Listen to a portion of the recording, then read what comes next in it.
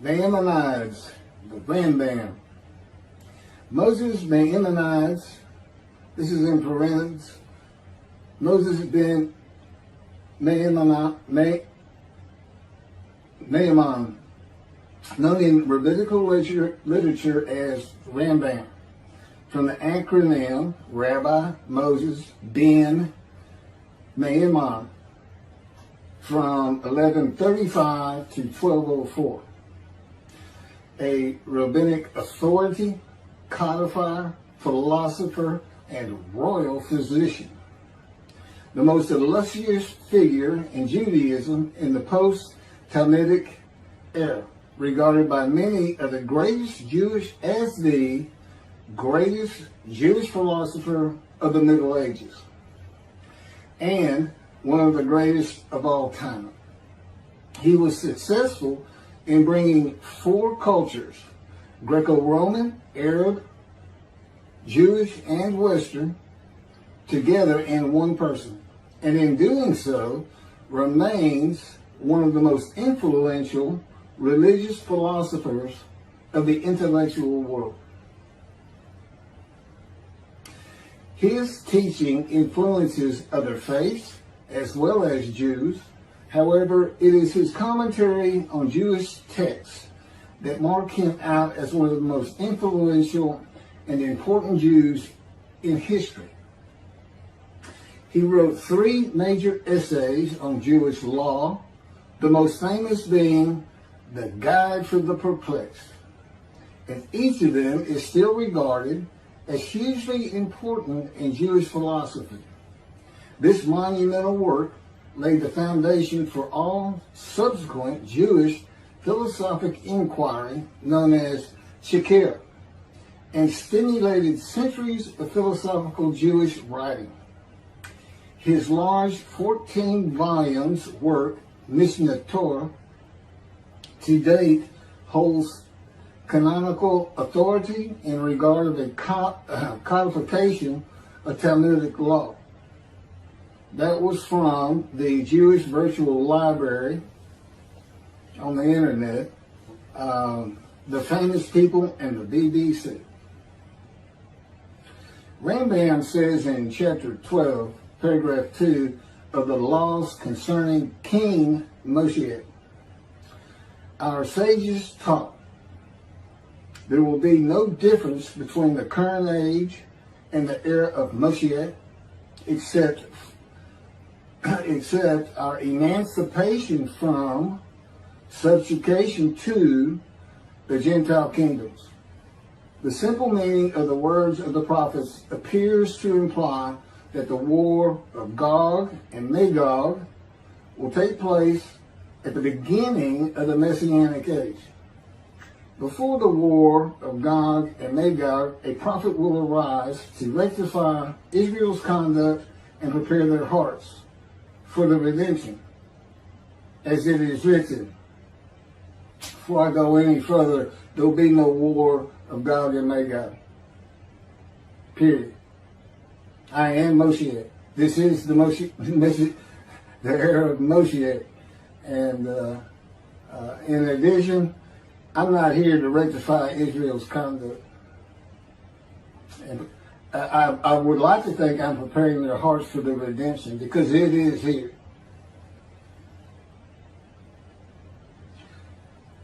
This is from Malachi chapter 3, verse 23.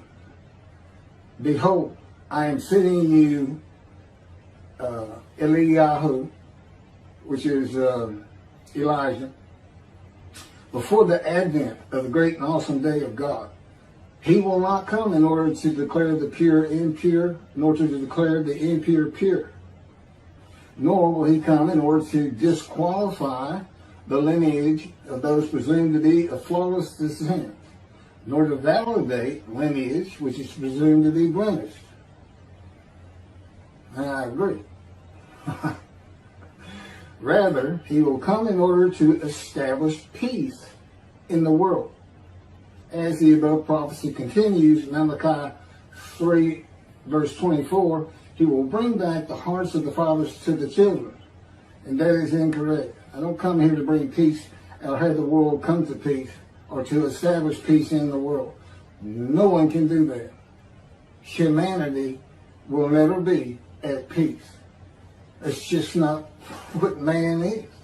It's not how things have ever worked. Elijah does not come to establish peace in the world. And again, God dictated this to me. I didn't come up with all this on my own.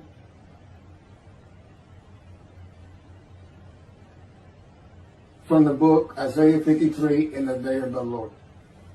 Elijah does not come to establish peace in the world, but to make the many righteous by his knowledge in reconciling the sons to the Father and the fathers to the sons of the family members, one to another, of the Jewish people by having them be mindful of the teachings God gave Moses at Horeb and to the practice of Judaism.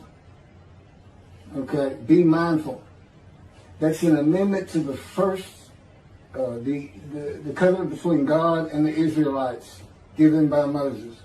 It's just an amendment because they had to have strict compliance with 100% of the Israelites agreeing to it, that they would all abide by it. Today he's saying be mindful, and he's also saying it doesn't have to be 100% of the people, those who heed and revere and esteem his name. And he knows it's not going to be all of the Jews, notwithstanding the fact he has forgiven their sins and remembers their iniquities no more. And to be a messenger of the new covenant with sin forgiveness. That's why it's new. There's an amendment to it, and in addition to it is sin forgiveness. That's the only difference. I will be your God and you will be my people. That's the covenant.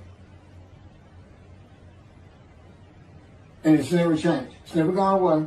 It's new only in the sense that there's been an amendment to it,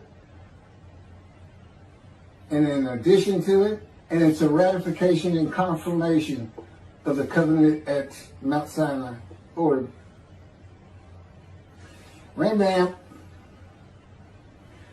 and the sages say in chapter 12, paragraph 3 of the laws concerning King Moshiach, God makes it real clear. He calls Moshiach, my servant David, a shepherd. He's a teacher. There's been no Davidic kingdom dynasty that Rambam thinks is coming. That's all you have. Now there is a slight reference to king and prince throughout the covenant of friendship. That just means leader in this context. He's a ruler amongst the people, not a ruler over the people. This is just Rambam's rendition of what a Davidic kingdom would be, but it's not in the Hebrew Bible. During the era of the King Moshiach, once his kingdom has been established and all of Israel has gathered around him, the entire nation's line of descent will be established on the basis of his words, through the prophetic spirit which will rest upon him. In the Middle Ages and in antiquity, they believed in prophetic spirits. This will not happen. I do not have a prophetic spirit. The Spirit of God alighted upon me, but he's a person that he helps me. He'll tell me things and teach me things. But there's no such, there's, by and large, nobody believes in that kind of thing anymore. That somebody can just prophesy. God prophesied. He has absolute knowledge of humanity from Adam on to the end of the earth. Okay, now he can tell a man, write this down, or go tell the people this. But this just comes from him by knowledge. No man gets a spirit upon him and all of a sudden he can prophesy.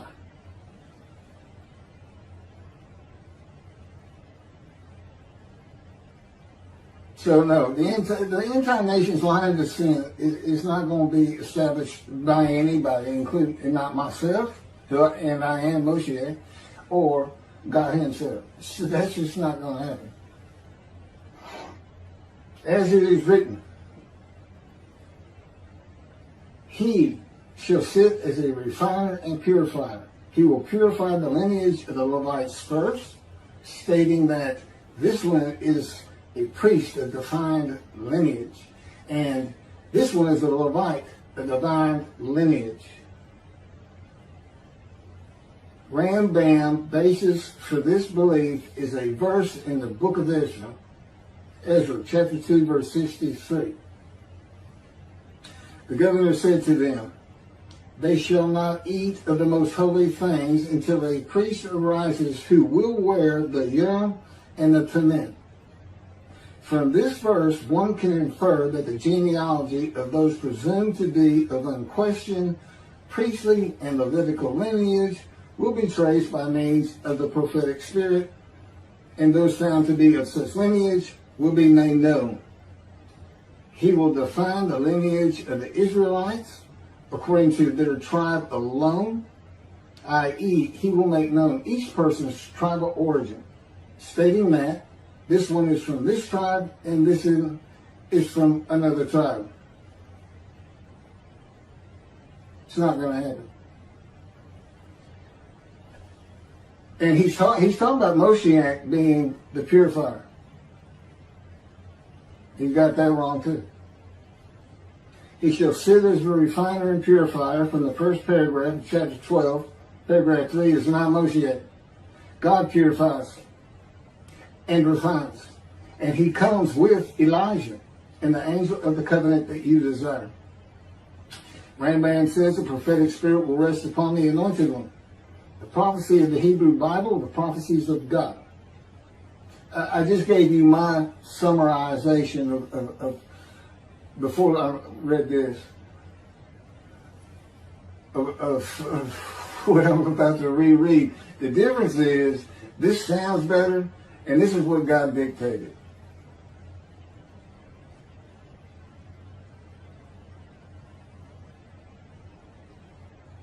The prophecy of the Hebrew Bible, the prophecies of God.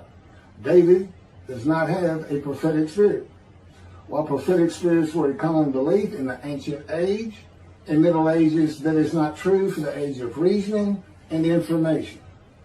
Isaiah chapter 11 verse 2 defines the attributes of the spirit that alights upon the anointed one as a spirit of wisdom and insight, a spirit of counsel and valor, a spirit of devotion and reverence for the Lord. There is nothing regarding a prophetic spirit. And even that, it's just what what the Spirit of God lit upon me, and he has all these attributes, and they teach me, and they tell me as I speak to people how to do and how to be. But a spirit didn't just alight upon me in and of itself. And within God's spirit is God himself, his very presence, his mind. You know, it's a hard concept because Judaism's never taught it, but it's in Ezekiel. I don't recall the chapter and verse, but God told Ezekiel, get up upon your feet. Ezekiel says, at that very moment, a spirit entered into me, and I could hear God's words. Couldn't hear God's words until the spirit entered into him. Why? It had to be inside you. It had to be inside you. It's speaking to your mind. God doesn't have a mouth or tongue. You know, he can, within me, he can make me sense, perceive that this is where his presence is. And that is where the words are coming from. As though to my ear, even though it doesn't really seem like my ear, but it does seem like it's coming from over here, or over here, wherever he wants to do it. Spirit enters into you, and God is in his spirit. And this is Malachi chapter 3, verse 2 through 5. But who can endure the day of his coming? And who can hold out when he appears? for he is like a smelter's fire and like fuller's lye. He shall act like a smelter and purger of silver, and he shall purify the descendants of Levi and refine them like gold and silver, so they shall present offerings in righteousness. Then the offerings of Judah and Jerusalem shall be pleasing to the Lord, as in the days of yore, and in the years of old.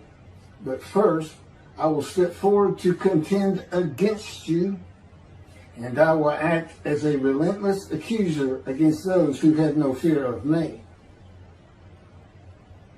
This is God, and not David or Elijah. It's God. And what does he say? I will act as a relentless accuser. He says when Moshiach is here, his servant David is here, he says, I'm going to have a reckoning and dismiss the shepherds of the flock, the rabbis. I'm going to have a reckoning and not dismiss them, primarily for teaching this Messianic Era. Secondly, for ignoring his prophet. That would be me, shunned, despised, and held of no account. That's how they've been treating me for years now. God's been with me 13 years to prepare me for this, and that's how they treated me.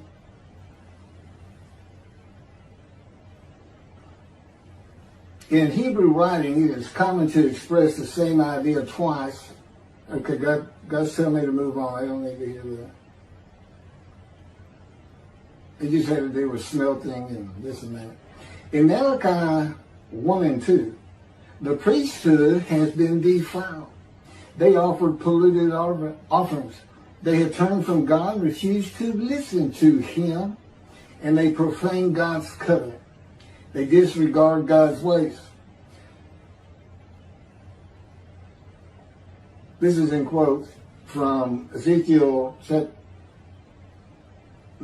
well, it's in quotes anyway. Those who have no fear of me would be the priestly tribe of the Levites, and not pertaining to genealogy or tribal lineage, but to Ezekiel 34.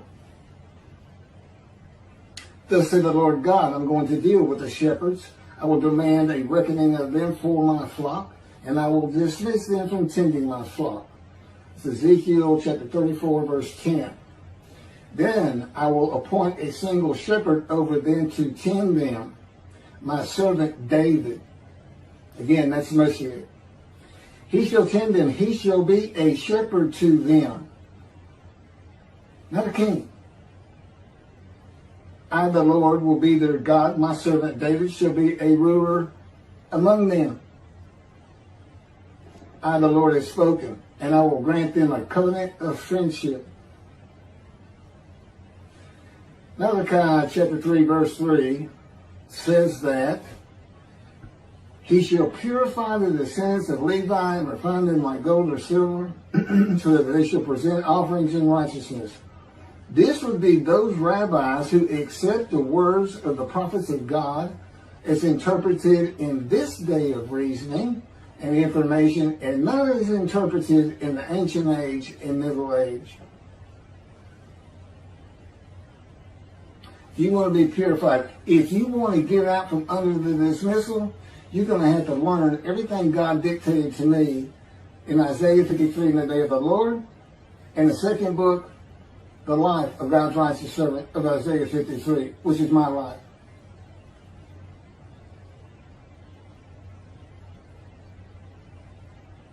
That'll purify you. That'll get you back on the scroll of remembrance so you can see the heaven God is creating. The name Israel still ain't good. The era of redemption, restoration, and exaltation versus the day of the Lord as found in the book. Rambam and the sages interpreted it as a prophecy that Moshiach, with a prophetic spirit, will determine the lineage of the priests and Levites from a verse in the book of Israel. I've covered this. Anyway, the governor said to them, they shall not eat of the most holy things until a priest arise who will wear the Urim and Thummim. This has nothing to do with genealogy of Levites today or purification and refining, or a prophetic spirit on Moshiach. This is not a prophecy of a high priest arising.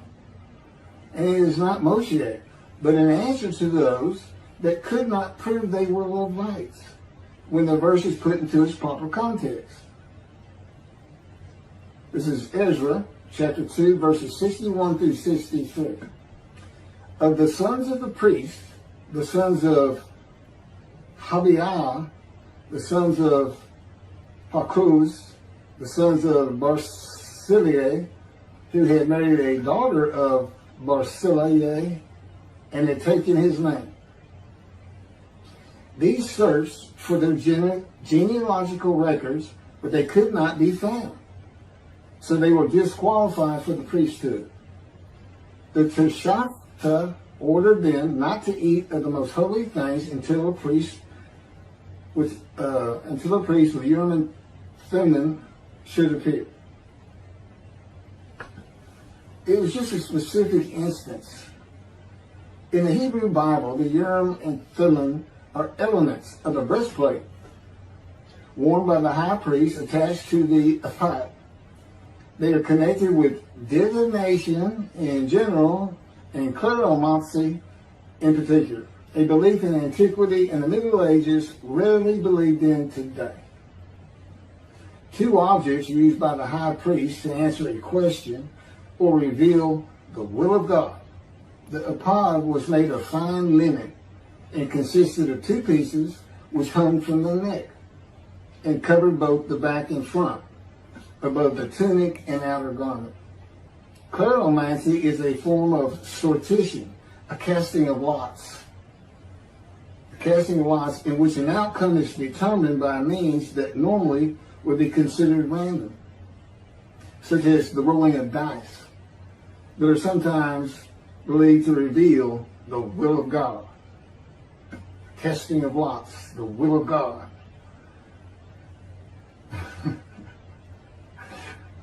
This is not believed in today. Ezra is not a book of the prophets. Teshachta was not a prophet and did not speak the words of God. Few people believe in divination and kleromancy today, matters and things of the Hebrew Bible written for an era gone by. In summation, as great as this man was, and we're talking about the year 1200 or so when he died, born in the 1100s, he was an incredible man, there's no doubt about it. But he didn't have the science, the medicine, the knowledge, the information, the ability to get information that we have today. It's a different time. We just don't believe in some of these things they believed in.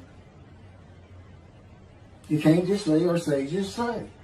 Now, Rambam also, I can't believe it's not in here. He said Moshiach is going to perfect the world, and the entire world is going to speak Hebrew. Okay? And he gets that from Zephaniah chapter 9, verse 10. God says, and I think most people have heard this phrase, they shall be a people of a pure speech. He takes that to be the people of the world. Well, the only problem is that, read verse 9. In verse 9, God talks about his anger against the world and how he would actually terminate it with fire. He's not talking about them. He's just talking about his people.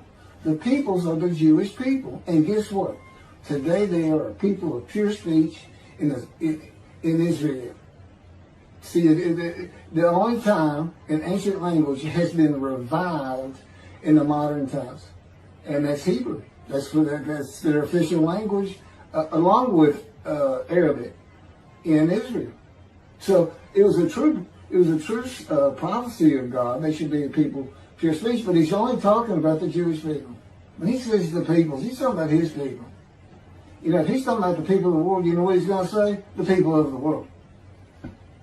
His people. The Jews. Okay, well that's all I have on Rambam. Again, I'm surprised not on Rambam. Thank you very much for listening.